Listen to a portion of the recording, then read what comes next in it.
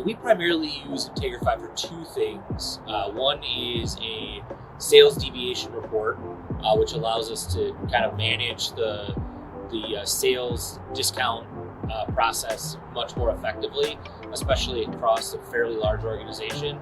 And then the one that I'm used to using quite a bit is our capital request form, which is taking us from email or manual approval to something that goes much quicker and is a lot more seamless. It was interesting because, I had just started at the company. I worked, for Fortune Brands Innovations. I think a couple days in, someone slid a folder under my door for a capital request, and I was confused as to what it was. And then from there, having to sign it and scan it and email it, all that goes away. So there was a lot of wasted time and effort, not only to understand where the form or where the request was, but to also, get any rework done. Now that's fairly seamless. We have a very convoluted matrix environment, primarily just, due to the size of our business and a lot in the breadth of stakeholders.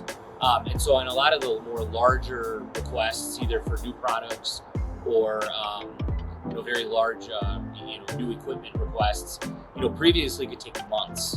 And now, depending on kind of the pre-work, making sure you have all the right documentation and backup, it can take, a day or two.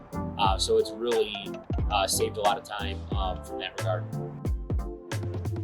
It's funny because when I started, the manager that I had at the time, said, "Hey, we got this process. It's pretty close. It's, maybe 70% ready. Do you mind, taking it on and trying to get it over the line?" I mean, I'm working finance. I don't have an IT background. I've, never built out workflows or anything of that matter.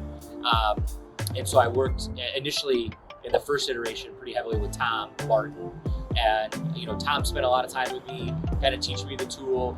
So it was great. It was very helpful. I could just, shoot him an email. And depending on, what I need, they're usually very quick to respond.